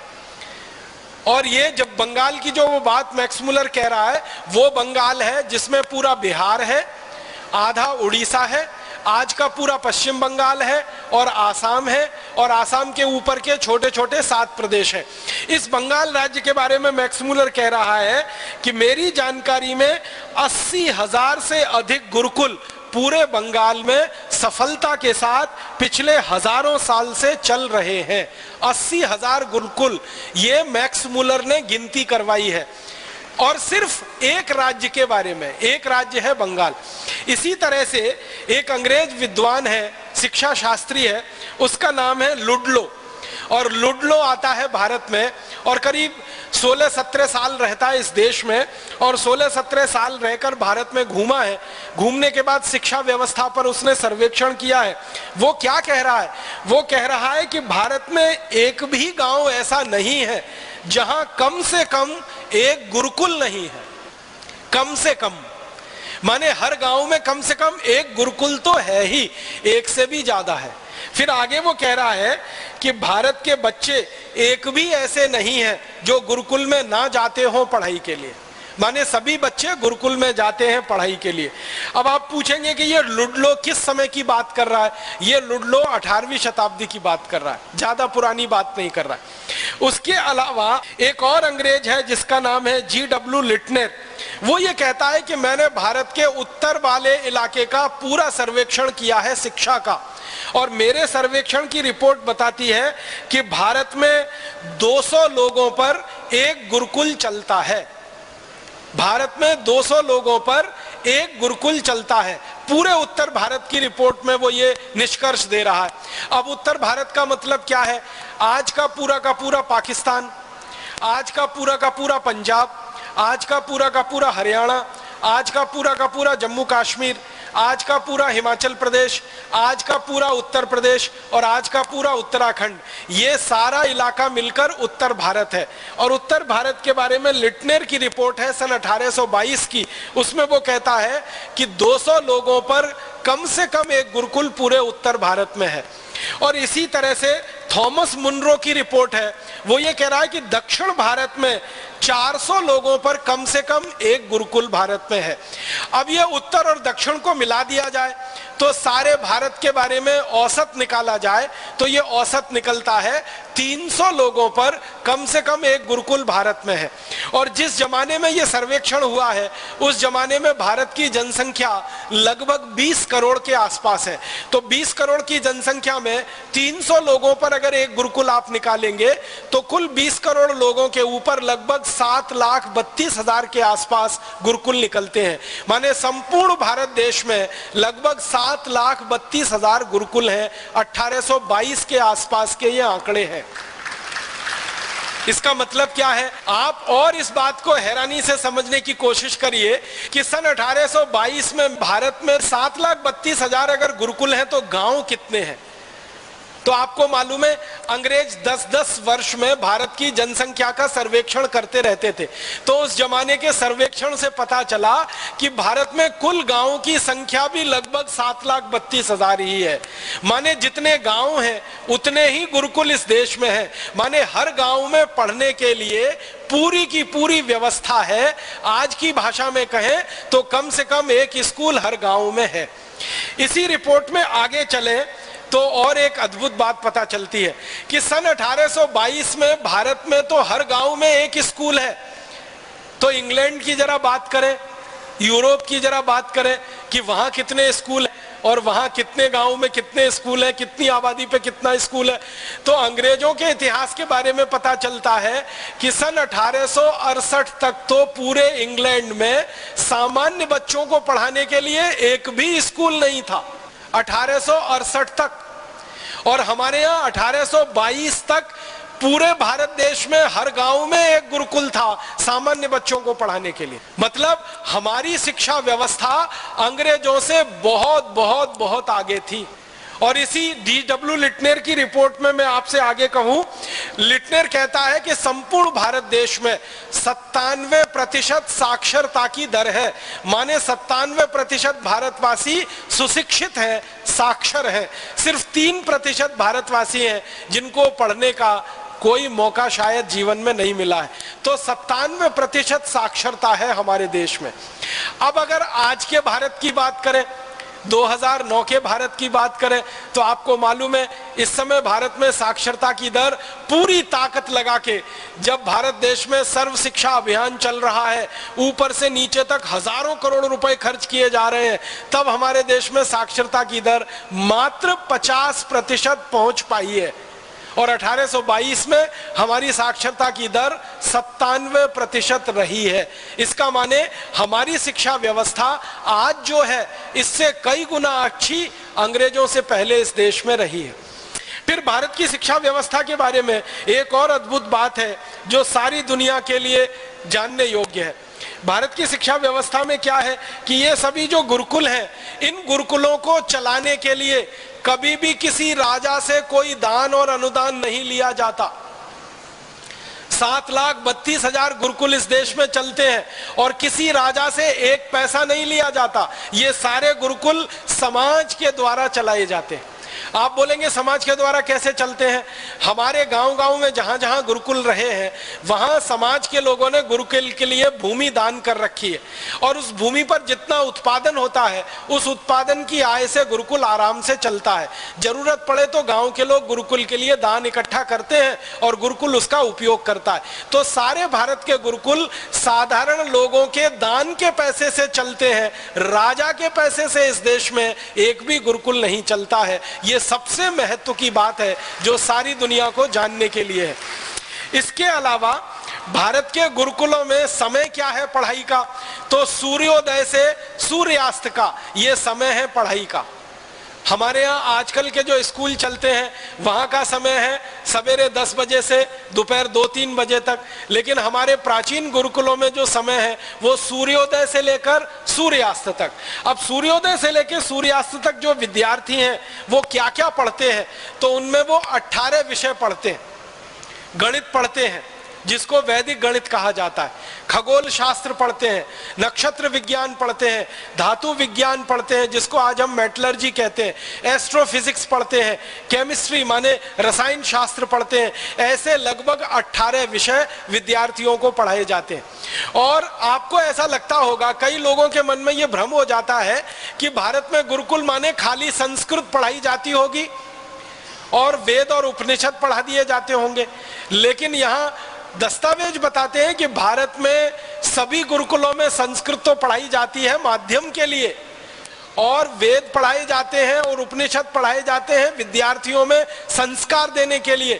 लेकिन विद्या देने के लिए खगोल शास्त्र, नक्षत्र विज्ञान, धातु विज्ञान, धातु कला और फिर शौर्य विज्ञान माने सैन्य विज्ञान जिसको हम कहते हैं, जिसको मिलिट्री ट्रेनिंग कहते हैं, इस तरह के 18 विषय अलग अलग विद्यार्थियों को पढ़ाए जाते हैं।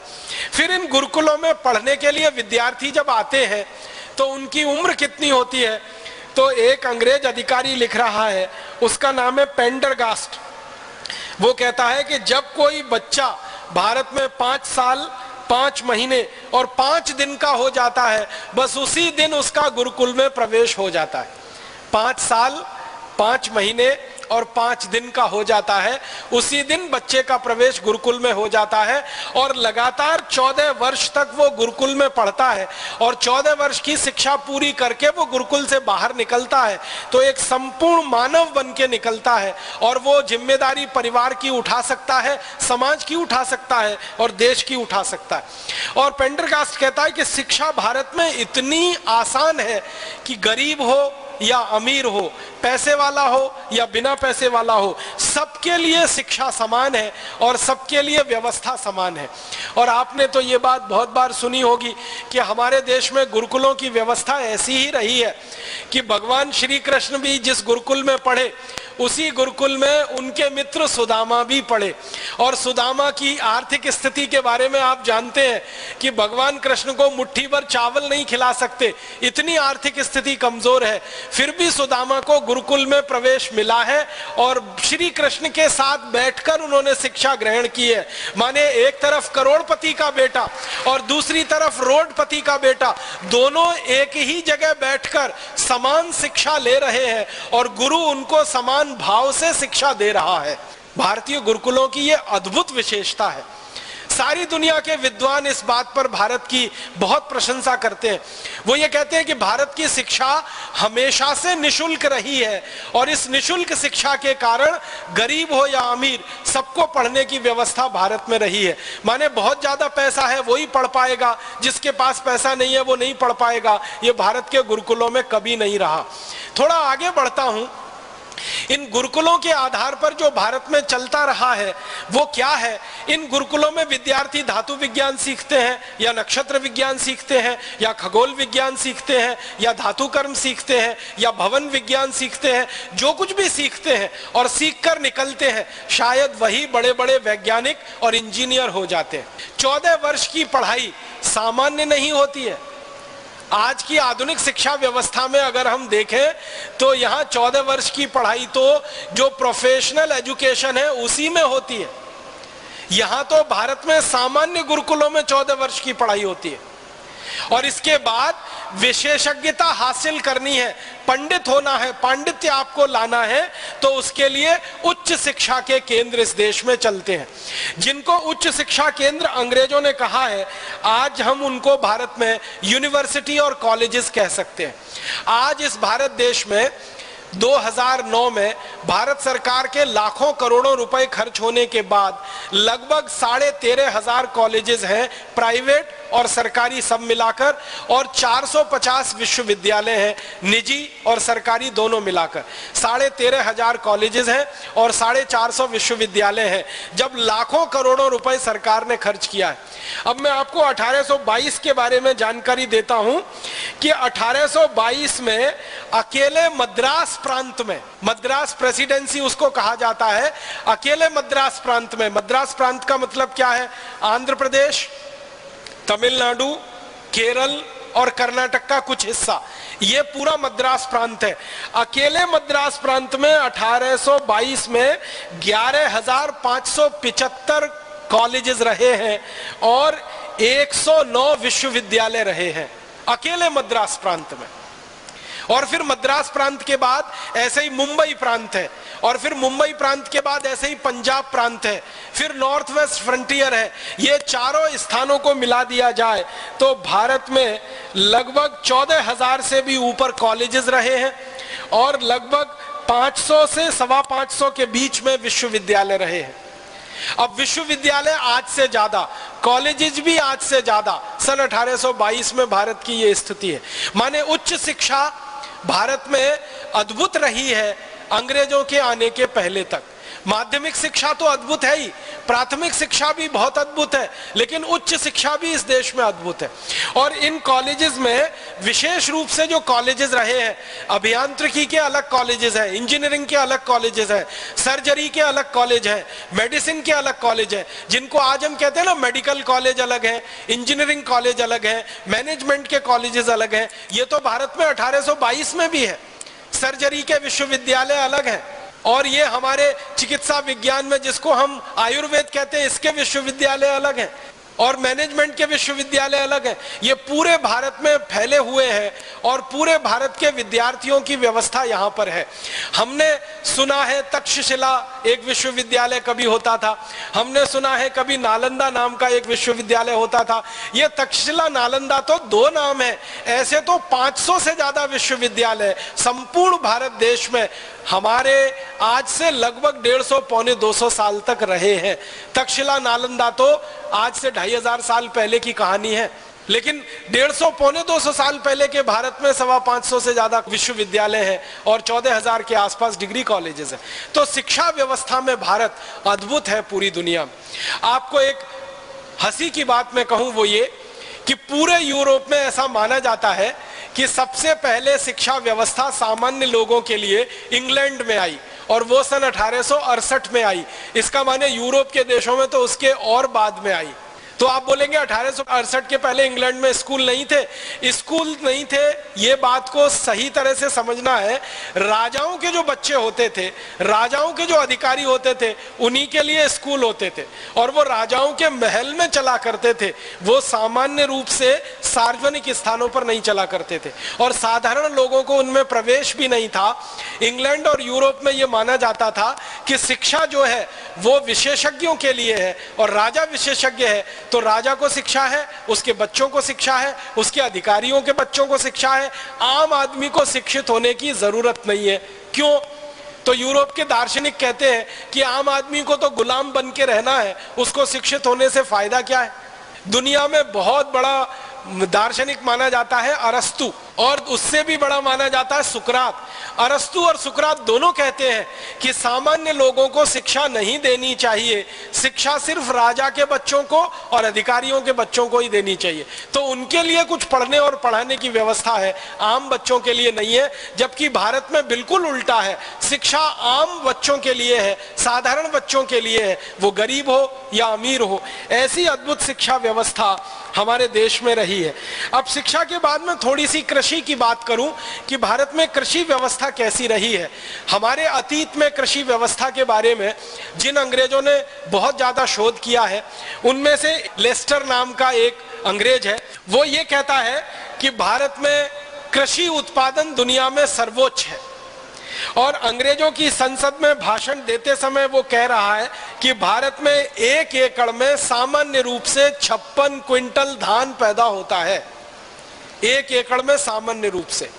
और वो ये कह रहा है कि ये उत्पादन औसतन है, एवरेज है। वो ये कहता है कि भारत के कुछ इलाके तो ऐसे हैं जहां 1 एकड़ में 70 से 75 कुंटल तक धान होता है, और कुछ इलाके ऐसे हैं जहां 45 से 50 कुंटल धान पैदा होता है। और वो कहता है कि मैंने औसत निकाला है पूरे भारत का, तो 56 कुंटल धान पैदा होता है भारत की खेती में। इतनी उन्नत कृषि व्यवस्था भारत में है। आज के अनुसार मैं आपको इसको अगर तुलना करके बताऊं तो आज भारत में सबसे ज्यादा यूरिया, डीएपी, सुपर फॉस्फेट डालने के बाद, सबसे ज्यादा रासायनिक खाद डालने के बाद औसतन 1 एकड़ में 30 क्विंटल से ज्यादा धान पैदा नहीं होता। और आज से लगभग 150 साल पहले भारत में 1 एकड़ में 56 क्विंटल धान पैदा हो रहा है, जबकि उस समय यूरिया, डीएपी कुछ नहीं है, खाली गाय के गोबर और गोमूत्र का उपयोग किया जा रहा है। तो उत्पादन का स्तर ये है। फिर इसी में गन्ने के उत्पादन के बारे में आंकड़े हैं अंग्रेजों की संसद में। वो ये कह रहे हैं कि भारत में 1 एकड़ में 120 मीट्रिक टन गन्ना सामान्य रूप से पैदा होता है पूरे भारत में, 120 मीट्रिक टन। और आज सन 2009 में यूरिया, डीएपी, सुपर फॉस्फेट के बोरे पर बोरे खेत में डालने के बाद गन्ने का औसतन उत्पादन पूरे देश में 30 से 35 मीट्रिक टन है 1 एकड़ में। आप तो महाराष्ट्र से आए हैं। महाराष्ट्र का एक इलाका है जिसको पश्चिम महाराष्ट्र आप कहते हैं, सांगली है, सतारा है, कोल्हापुर है और पुणे के बीच का। इस पूरे इलाके में गन्ना औसतन रूप से 1 एकड़ में 80 से 90 मीट्रिक टन है। बस यही क्षेत्र है भारत का जहां गन्ने का उत्पादन सबसे ऊंचा है, पश्चिम महाराष्ट्र में। बाकी पूरे देश में तो गन्ने का उत्पादन 30-35 मीट्रिक टन से ज्यादा नहीं है। और अंग्रेज उस समय क्या सर्वेक्षण कर रहे हैं और कह रहे हैं कि 120 मीट्रिक टन गन्ने का उत्पादन है भारत में। ऐसी खेती है। फिर वो कह रहे हैं कि कपास का उत्पादन सारी दुनिया में सबसे ज्यादा है।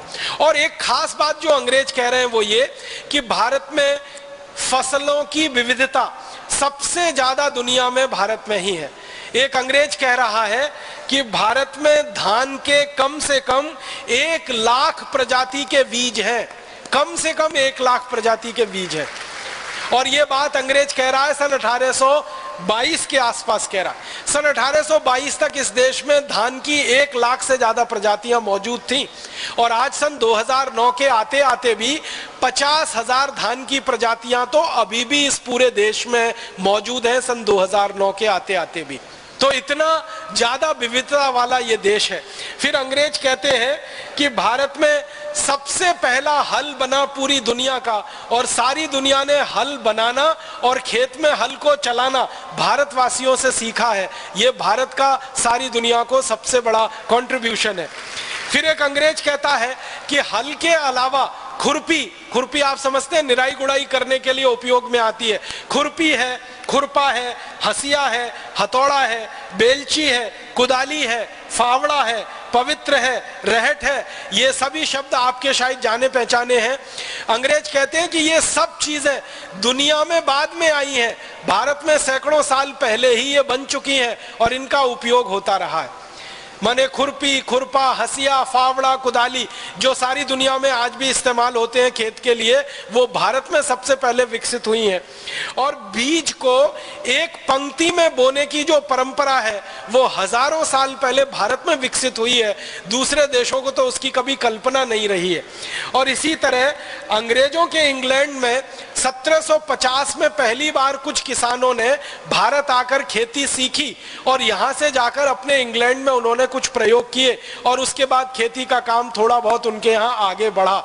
उसके पहले कोई उनके यहाँ रिकॉर्ड्स नहीं मिलते हैं कि खेती उनके यहाँ कोई बहुत अच्छी होती थी। तो आप पूछेंगे 1750 के पहले ये इंग्लैंड वाले जीते कैसे थे या स्कॉटलैंड वाले कैसे जीते थे अगर खेती इतनी अच्छी नहीं थी? वो जंगल के द्वारा होने वाले उत्पादन और पशुओं को शिकार करके उनके द्वारा उत्पादित होने वाले मांस पर जिंदा रहते थे। जंगल से जो कुछ मिल गया और पशुओं को मारकर जो मांस पैदा कर लिया, उसी को खाकर उनका जीवन हजारों साल गुजरा है। और जिस समय इंग्लैंड वाले या यूरोप वाले दो ही चीजें खा पाते थे, या तो मांस या तो जंगल के फल, उस समय भारत में खाने के लिए 1,00,000 किस्म के चावल उपलब्ध हुआ करते थे। तो बाकी चीजों की तो बात छोड़ दीजिए आप। तो ऐसी अद्भुत हमारी कृषि व्यवस्था रही है। और इसी कृषि व्यवस्था के साथ थोड़ा आगे 2-3 बातें और कहता हूं कि कृषि व्यवस्था जब इतनी अद्भुत रही हमारे देश में, तो उत्पादन सारी दुनिया में सबसे ज्यादा हम करते रहे और उस उत्पादन को दुनिया भर के देशों में हम निर्यात करते रहे। तो भारत से लोहा ही निर्यात नहीं किया हमने, कपड़ा ही निर्यात नहीं किया है। हजारों साल तक भारत का चावल दुनिया में निर्यात हुआ है, हजारों साल तक दालें भारत ने दुनिया को निर्यात की है, हजारों साल तक भारत में बनाया हुआ गुड़, ये जो शक्कर बनती है ना, चीनी, ये तो अभी 100 साल पहले बनना शुरू हुई है। उसके पहले गुड़ बनता था और गुड़िया शक्कर बनती थी। तो गुड़ और गुड़िया शक्कर सारी दुनिया को हजारों साल तक भारत ने उत्पादित करके खिलाई है। और खाने पीने की हजारों चीजें दुनिया भर के देश हमसे खरीदते रहे हैं और हमको बदले में सोना, चांदी, हीरे जवाहरात मिलते रहे। अब मैं एक आखिरी बात कहना चाहता हूं आपसे, वो ये कि भारत ने कृषि उत्पादन में सर्वोच्चता हासिल की, भारत ने औद्योगिक उत्पादन में सर्वोच्चता हासिल की, भारत ने व्यापार में सर्वोच्चता हासिल की। ये सबका आधार था भारत की शिक्षा व्यवस्था। अगर शिक्षा व्यवस्था अच्छी नहीं होती तो शायद भारत ये कोई भी काम अच्छा नहीं कर पाता। किसी भी देश का तरक्की का पैमाना हम जब नापते हैं ना कि इस देश का कितना विकास है, तो दो ही चीजों से वो पैमाना नापा जाता है और बनता है। पहला होता है स्वास्थ्य और दूसरा होता है चिकित्सा। भारत का स्वास्थ्य दुनिया में सबसे अद्भुत रहा है क्योंकि इस देश में चिकित्सा विज्ञान दुनिया में सबसे ज्यादा उन्नत स्थिति में रहा है। चिकित्सा विज्ञान में हजारों किस्म की आयुर्वेद की जड़ी बूटियां और सर्जरी की सारी विद्या पूरी दुनिया को यहीं से गई है। और अभी जो सर्जरी के पुराने दस्तावेज मिलते हैं वो बताते हैं कि भारत में हिमाचल प्रदेश और पूरा महाराष्ट्र, कर्नाटक, आंध्र प्रदेश, तमिलनाडु, केरल, ये 7-8 राज्य थे जहां सर्जरी के सबसे बड़े शोध केंद्र चला करते थे। और एक दो नहीं, हजारों सर्जरी के विशेषज्ञ इन केंद्रों में पढ़कर तैयार होते थे और समाज की सेवा करते थे। आपको सुनकर हैरानी होगी, जब दुनिया में कोई नहीं जानता था, आंख में मोतियाबिंद का पहला ऑपरेशन भारत में हुआ है। और जिसको आज हम राइनोप्लास्टी कहते हैं, सर्जरी की सबसे आधुनिकतम विज्ञा, उसका सबसे पहला परीक्षण और प्रयोग भी भारत में हुआ है। और इंग्लैंड की जो रॉयल सोसाइटी ऑफ सर्जन है, वो अपने इतिहास में लिखते हैं कि हमने सर्जरी भारत से सीखी है और उसके बाद पूरे यूरोप को हमने ये सर्जरी सिखाई है। तो भारत चिकित्सा में बहुत ऊंचा, भारत तकनीकी में बहुत ऊंचा, भारत विज्ञान में बहुत ऊंचा, भारत उद्योग में बहुत ऊंचा, और इन सब के बाद भारत व्यापार में बहुत ऊंचा। और ये सबका आधार भारत शिक्षा व्यवस्था में सबसे ऊंचा। ऐसा अद्भुत देश हमारा भारत रहा है जो अंग्रेजों के आने के पहले तक था। तो फिर आप बोलेंगे इतनी गिरावट भारत में कैसे आई? ये सारी गिरावट भारत में आई अंग्रेजों की नीतियों के कारण और अंग्रेजों के कानूनों के कारण। अंग्रेजों ने देखा कि भारत की सारी व्यवस्थाएं इतनी अद्भुत हैं, तो इन सारी व्यवस्थाओं को खत्म करना है, तोड़ना है, क्योंकि गुलाम बनाना है भारत को। मैकॉले कहता है कि भारत को गुलाम बनाना है तो भारत की संस्कृति, सभ्यता, शिक्षा, इन सबका नाश करना पड़ेगा। तो उनका नाश करने के लिए उन्होंने कानून बनाए। सबसे पहले एक कानून बनाया इंडियन एजुकेशन एक्ट, और उस कानून के आधार पर भारत के गुरुकुल बंद किए गए और धीरे धीरे भारत की शिक्षा व्यवस्था का नाश हो गया। फिर अंग्रेजों ने एक दूसरा कानून बनाया कि भारत की वस्तुओं पर ज्यादा से ज्यादा कर लगाओ और अंग्रेजी वस्तुओं को भारत में टैक्स फ्री कराओ। उसके बाद भारत के कारखाने बंद हो गए, फिर भारत का निर्यात खत्म हो गया। फिर भारत की कृषि व्यवस्था के लिए अंग्रेजों ने कानून बनाया कि किसानों के ऊपर 90% लगान लगाओ और किसानों की जमीनें छीनने के लिए लैंड एक्विजिशन एक्ट बनाओ। उसके बाद हिंदुस्तान के किसान बर्बाद हो गए। फिर किसानों के काम आने वाली गाय और बैल, इनका कत्ल कराओ। और सबसे पहला कत्ल खाना अंग्रेजों ने शुरू किया कलकत्ता में, जो आज भी चल रहा है। अंग्रेज उसमें 350 गाय रोज काटते थे, अब उस कत्ल खाने में 14,000 गाय रोज कट रही है। तो ये सारी की सारी दुर्व्यवस्था जो हमारे यहाँ पैदा हुई, वो अंग्रेजों की गलत नीतियों के कारण और अंग्रेजों के गलत शासन व्यवस्था के कानूनों के कारण हुई। अगर अंग्रेजी शासन नहीं होता और अंग्रेजी कानून इस देश में लादे नहीं जाते, तो आज मैं इस बात को बहुत विश्वास से कह सकता हूं कि आज भी भारत दुनिया का सर्वोच्च शिखर पर बैठा हुआ देश होता, चिकित्सा में, शिक्षा में, उद्योग में, व्यापार में, तकनीकी में, विज्ञान में। अगर अंग्रेज नहीं आते, ईस्ट इंडिया कंपनी नहीं आती, अगर अंग्रेजी कानून इस देश पर नहीं लादे जाते और अंग्रेजी नीतियां इस देश में नहीं चलाई जाती, तो अभी भी भारत अद्भुत होता, सारी दुनिया की महाशक्ति होता, परम वैभवशाली देश होता। लेकिन दुर्भाग्य के अंग्रेज आए और उन्होंने ये सब किया। अब हमें क्या करना चाहिए? भारत स्वाभिमान के कार्यकर्ता के नाते मुझे ये लगता है कि हमको, जो भारत कभी अंग्रेजों के आने के पहले था, विश्व शिखर में सर्वोच्च सत्ता पर बैठा हुआ सर्वश्रेष्ठ देश, वैसा ही भारत फिर बनाना है।